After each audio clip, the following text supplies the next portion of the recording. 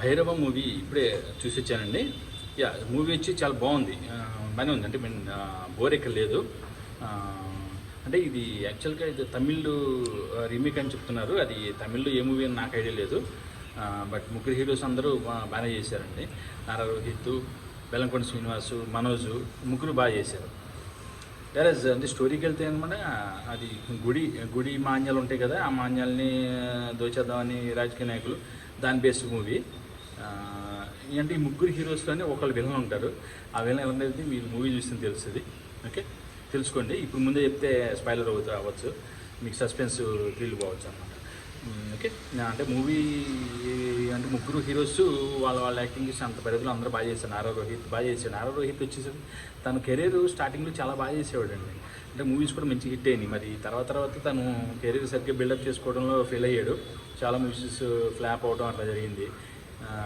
But మా రోహిత్ మాత్రం కొంచెం బాగా ఫ్యాటీగా ఉన్నాడు. అతని యాక్టింగ్ బాగుంది కానీ కొంచెం ఫ్యాట్ అయ్యాడు, కొంచెం తగ్గించుకోవాలి. ఓకే, అండ్ మనోజ్ వచ్చి యాక్టింగ్ చాలా బాగుంది. మనోజ్ చాలా గంభీరంగా గుంతుతో పెట్టి చేశాడు. యాక్టింగ్ అంత బాగుంది. బెల్లంకొండ శ్రీనివాస్ కూడా గుడ్ అమాయక పాత్రలో ఉన్నాడు. కథ మంచి, అంటే తనకు ఒక చిన్న ఎలిమెంట్ లాగా ఇచ్చారు. ఎప్పుడైతే అమ్మవారి తిలకం వచ్చి నుదుటిన పడిందో తనకి పూనకంలాగా వస్తుంది. ఆ సీక్వెన్సెస్ చాలా బాగున్నాయి అన్నమాట తనకి.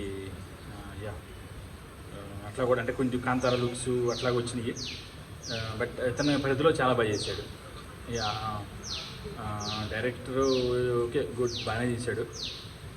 యాజ్ మూవీ వచ్చి అంతా బాగానే ఉంది, బోర్ ఎక్కడ లేదు. హీరోయిన్ వస్తే డైరెక్టర్ శంకర్ గారు కూతురు ఐశ్వర్య. అమ్మాయి పర్లేదు, ఓకే, చూడటానికి పర్లేదు అనిపించింది. కాకపోతే యాక్టింగ్ కొంచెం యాక్టివ్గా చేసింది. మిగతా క్యారెక్టర్స్ అందరూ బాగానే చేశారు. ఓవరాల్గా చెప్పొచ్చేది ఏంటంటే అంటే ఒక రకంగా ఏంటంటే వీళ్ళు second grade third grade heroes అనుకోవచ్చు. అంటే వీళ్ళని కూడా మనం ఎంకరేజ్ చేయాలి. వీళ్ళ మూవీస్ కూడా నాట్ ఓన్లీ బిగ్ హీరోస్ అని కాకుండా వీళ్ళు కూడా మంచి ఫ్యామిలీ నుంచి వచ్చిన వాళ్ళే మంచి హీరోసే. కాబట్టి యాక్టింగ్ పరంగా చూసుకున్నా బాగుంది. కాబట్టి మూవీ బోర్ ఎక్కలేదు. కాబట్టి మీరు వెళ్ళి థియేటర్స్, నియర్ బై థియేటర్స్ ఉంటాయి కదా, అక్కడికి వెళ్ళి చూడండి, మీరు ఎంజాయ్ చేస్తారు. ఓకే, అంతే. ఇంకంతకని అటు పాటలు సాంగ్స్ ఆల్సో గుడ్. బెల్లంకొండ శ్రీనివాస్కి తనకి పెట్టారు ఒక 3-4 పాటలు. కొంచెం బ్యాక్గ్రౌండ్ సాంగ్స్ వస్తాయి, బాగున్నాయి అవి కూడాను.